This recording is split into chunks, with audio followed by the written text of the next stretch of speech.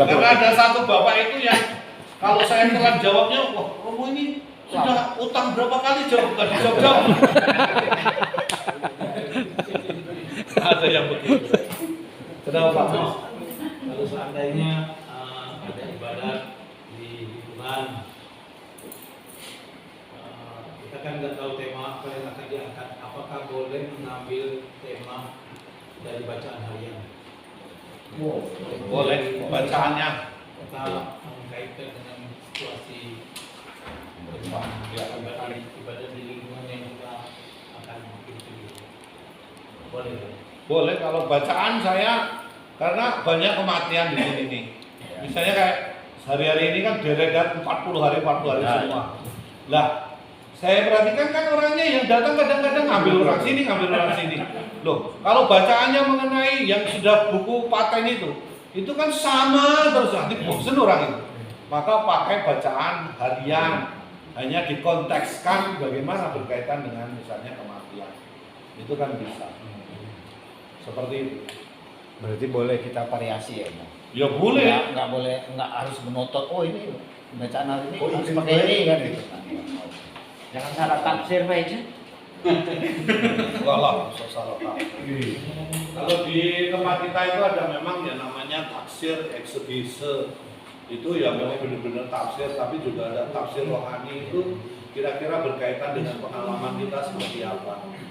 Tapi jangan mengada-ada. Jangan mengada-ada.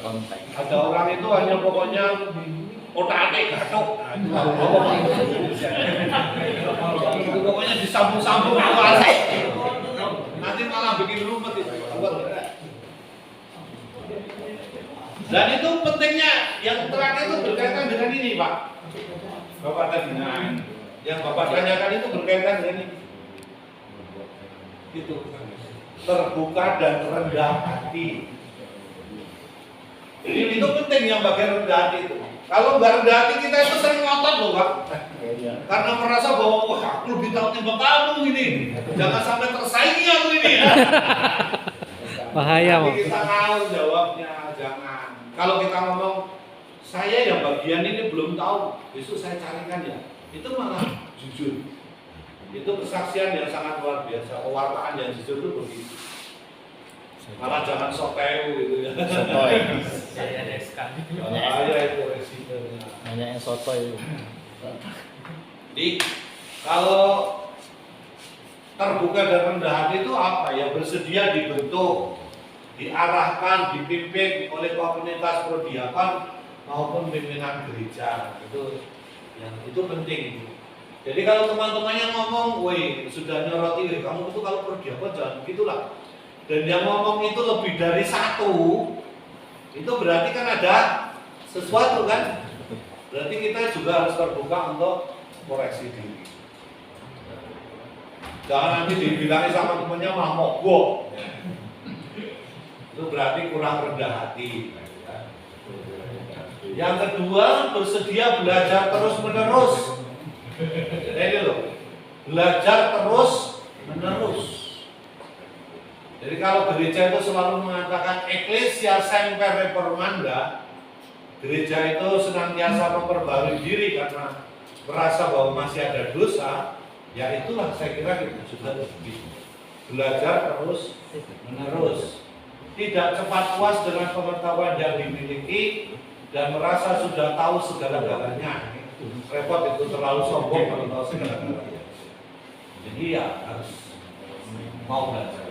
Ketiga, menerima kritik dan evaluasi dari orang lain serta bijaksana dalam menanggapinya.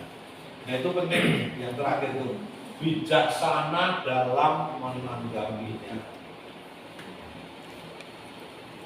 Dan yang keempat, jangan bersikap arogan, meremehkan, apalagi jual mahal. Gak ada kan sini prodiakon yang jual mahal? Mau murah semua mau. Jual murah aja gak laku.